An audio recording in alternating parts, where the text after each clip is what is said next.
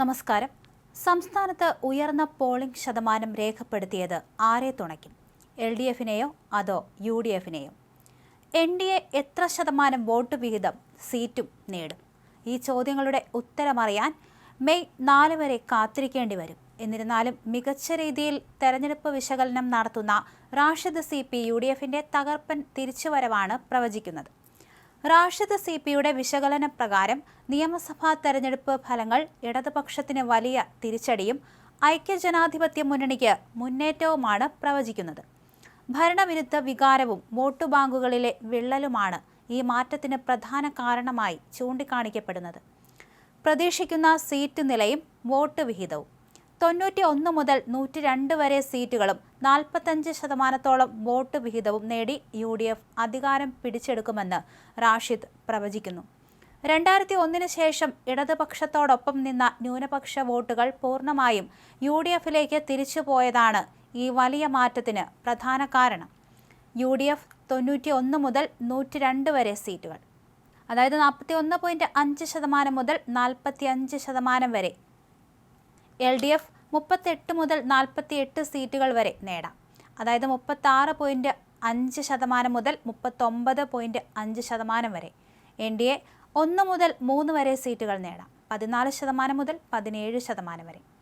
ഭരണതലത്തിലെ സ്വജനപക്ഷപാതം ഇടതനുഭാവികളെ നിരാശരാക്കിയതും രാഷ്ട്രീയ നിലപാടുകളിലെ സ്ഥിരതയില്ലായ്മയും മുഖ്യമന്ത്രിയുടെ ജനപ്രീതിയിൽ സംഭവിച്ച ഗണ്യമായ ഇടിവും ഈ തകർച്ചയ്ക്ക് ആക്കം കൂട്ടി. അതേസമയം BJP നേതൃത്വം നൽകുന്ന NDA 14 മുതൽ 17% വരെ വോട്ട് വിഹിതം നേടി 1 മുതൽ 3 വരെ സീറ്റുകൾ സ്വന്തമാക്കുമെന്ന് റാഷിദ് വിലയിരുത്തുന്നു. 2001 ശേഷം ഇടതുപക്ഷത്തോടൊപ്പം ഉറച്ചു നിന്നിരുന്ന ന്യൂനപക്ഷ വോട്ട് ബാങ്കുകളിൽ പൂർണ്ണമായ ചോർച്ച സംഭവിച്ചു. ഈ വോട്ടുകൾ UDFിലേക്ക് കൂട്ടമായി തിരിച്ചെത്തിയത് തെരഞ്ഞെടുപ്പിൽ തിരിച്ചടിയായി. ഇടതുപക്ഷത്തിന്റെ രാഷ്ട്രീയ നിലപാടുകളിൽ തുടർച്ചയായുണ്ടാകുന്ന മാറ്റങ്ങൾ ഇടതുബോധ്യമുള്ള വോട്ടർമാരിൽ ആശയക്കുഴപ്പവും അതൃപ്തിയും ഉണ്ടാക്കി. രാഷ്ട്രീയമായ വ്യക്തതയില്ലായ്മ തിരിച്ചടിയായി മാറി. മുഖ്യമന്ത്രി പിണറായി വിജയന്റെ വ്യക്തിഗത ഗ്രാഫിൽ മുമ്പെങ്ങുമില്ലാത്ത വിധം വലിയ ഇടിവ് സംഭവിച്ചു. ഭരണത്തലവനെന്ന നിലയിലുള്ള സ്വീകാര്യത കുറഞ്ഞത് മുന്നണിയുടെ മൊത്തത്തിലുള്ള പ്രകടനത്തെ ബാധിച്ചു. ഭരണ തുടർച്ചയുടെ അവകാശവാദങ്ങളുമായി ഇറങ്ങിയ ഇടതുപക്ഷത്തിന് സ്വന്തം വോട്ട് ബാങ്കുകളിലെ വിശ്വാസം വീണ്ടെടുക്കാൻ കഴിയാത്തതും ന്യൂനപക്ഷങ്ങളുടെ അകൽച്ചയുമാണ് ഇത്തരമൊരു തിരിച്ചടിക്ക് കാരണമാകുന്നത്. സംസ്ഥാന രാഷ്ട്രീയം വീണ്ടും UDFിന് അനുകൂലമായ തരംഗത്തിലേക്ക് വഴിമാറുന്ന കാഴ്ചയാണ് ഈ കണക്കുകൾ സൂചിപ്പിക്കുന്നത്. അതേസമയം കേരളത്തിന്റെ രാഷ്ട്രീയ ഗതിവിഗതികൾ നിർണയിക്കുന്ന 2026 നിയമസഭാ തെരഞ്ഞെടുപ്പ് പോളിംഗ് പൂർത്തിയാകുമ്പോൾ സംസ്ഥാനം കണ്ടത് അസാധാരണമായ ജനപങ്കാളിത്തം.